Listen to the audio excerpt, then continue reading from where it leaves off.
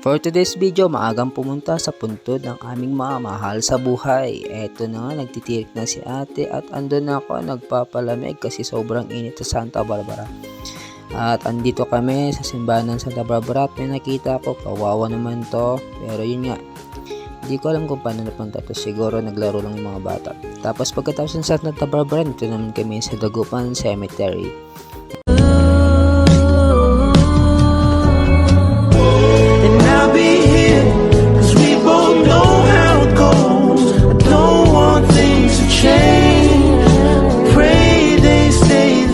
Sabi nga nila pag wala kami minahal na mga barkada pamilya, mangilan-ngilan na lang magbibisita sa'yo. Kaya hanggat may oras ka pa dito sa mundo, gawin mong masaya at punong-puno ng ligaya ang iyong pamamalagi dito sa ating mundo. Dahil di mo alam, wala nang bibisita sa'yo kapag ikay nailagat na sa sementeryo.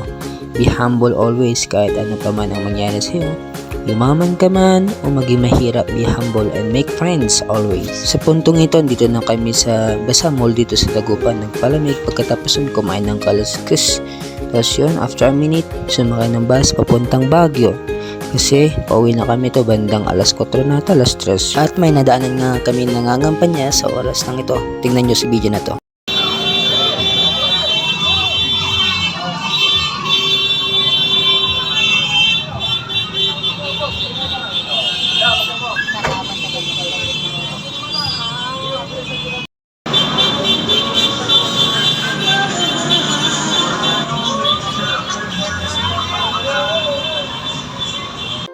Ang inyong nasaksiyan ay kung paano mangampanya ang mga Dagupeño at Pangasinense.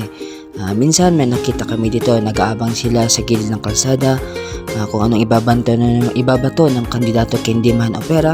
Nasa kanila yun kung paano nila pipiliin ng tama. Huwag tayong magpadala sa pera sa panunuhol ng bawat kandidato dahil di natin alam ang kapalit na maaring kunin. Malay mo sa perang binigay nila ng 100, hindi mo na sila mahagilap sa sunod na mga araw pagkatapos ng eleksyon.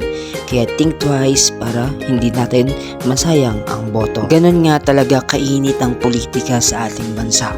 Kahit sa simple o mababang posisyon ay pinag-aagawan pa nila. Minsan nga may namamatay pa dahil lang ayaw nila manalo ang isang partido. Kaya dapat isipin at ilagay sa isipan natin na ang bawat kandidato ay may kanya-kanyang motibo. Huwag tayong magpakabit o magdungaw sa panunuhol ng mga kandidato. Muli, think twice. At ito, ginabi na kami pabalik ng Baguio. Muli, maraming salamat sa inyong panonood.